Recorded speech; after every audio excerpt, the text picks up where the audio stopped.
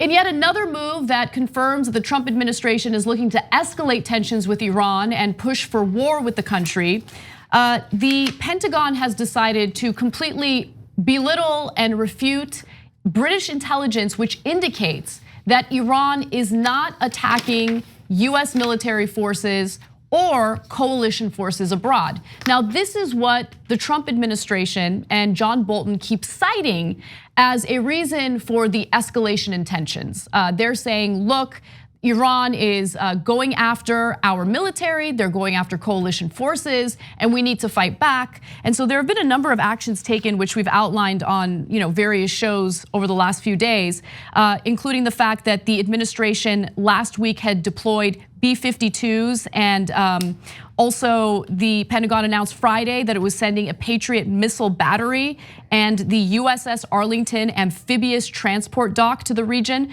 So they're starting to take real actions to provoke Iran, and at the same time, they're completely ignoring any intel coming from other intelligence officials that indicates, no, they're not really a threat right now, we need to move on. So British Major General Chris Ghika, who is the deputy commander of the US-led coalition in Iraq and Syria, told Pentagon reporters earlier on Tuesday that in terms of militia groups that receive funding from Iran, the coalition has found, quote, no change in their posture since the recent exchange between the United States and Iran, and we hope and expect that that will continue.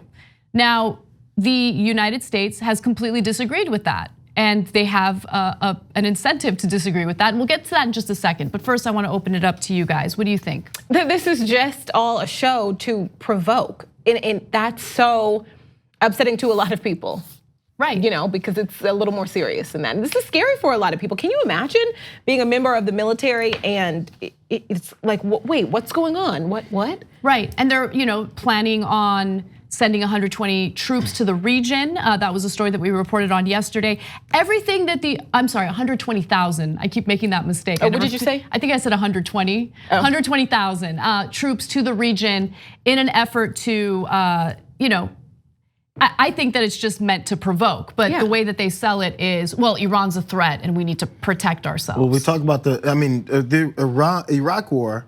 It seems like it wasn't long enough ago that we'd forget, but of course, because there's many people in the country who are like, yeah, man, never experienced anything that happened on 9/11. So the way that was perpetuated and pushed for that war, you can see the similarities that happen here. We talked about, again, like you said yesterday, about the way this happened. So I'm a bit perplexed that enough people aren't going, this is deja vu, right? It's the same thing we keep doing, where we put in these parameters. Some of the things they said along with that 120,000 that they said they're sending is just in case Iran develops some level of nuclear capabilities or provokes us or attacks us in any way. What does that mean? Who decides the level of attack that Iran, or you said Iran, is carrying out? Because we remember, again, back to the Iraq war, they claimed things that didn't actually happen so that we could go into that war. So we're supposed to trust you again with the same drumbeat of war that you did that long ago, 16 years ago before, again with this situation. And trust us, when they anger us enough, or when they do something that we say is not acceptable, we're gonna come and fight.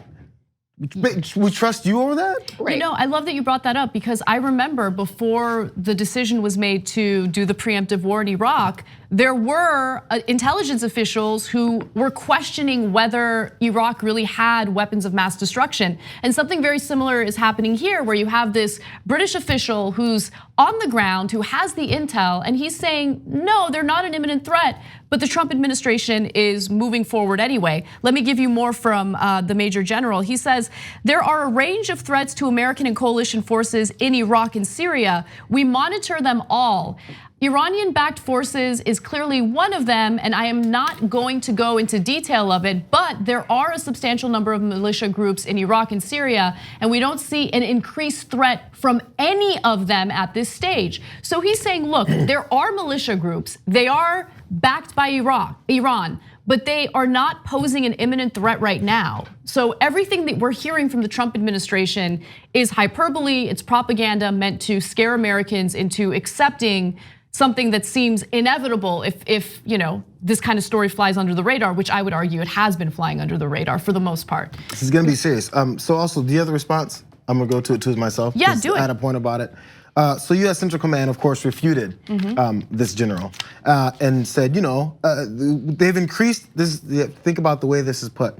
In coordination with Operation Inherent Resolve, has increased the force posture level for all service members assigned to OIR in Iraq and Syria. As a result, OIR is now at a high level of alert as we continue to closely monitor credible and possibly imminent threats to U.S. forces. Right, so leave that up, sorry. U.S. Central Command has increased the force posture level.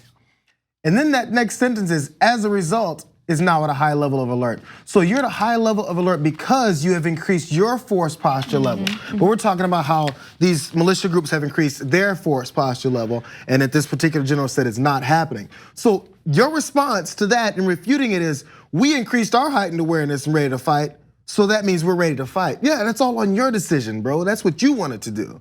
And now they're putting it as that we're doing it in response to what? Right. We claim that there's something is going on. It is kind of amazing because on one hand you have the Trump administration like punching him in the face over and over again. They pull out of the Iran nuclear deal. Which is they the impose most frustrating part about all of this. Right, and then the administration is basically telling Iran, don't you dare fight back. Don't you dare defend yourself. We're gonna lie about you. We're going to renege on a deal that was made in a previous administration. We're going to demonize you.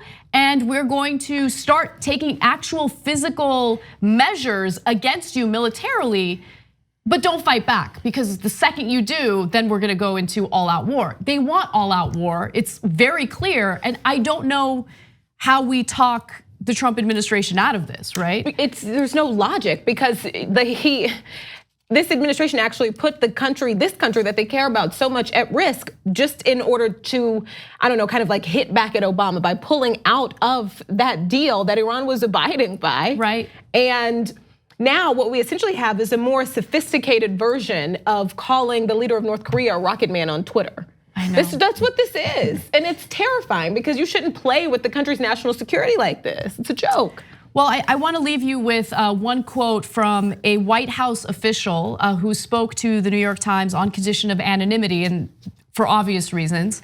This person, one American official speaking on the condition of anonymity to discuss confidential internal planning, said the new intelligence of an increased Iranian threat was, quote, small stuff and did not merit the military planning being driven by Bolton. The official also said the ultimate goal of the year-long economic sanctions campaign by the Trump administration was to draw Iran into an armed conflict with the United States.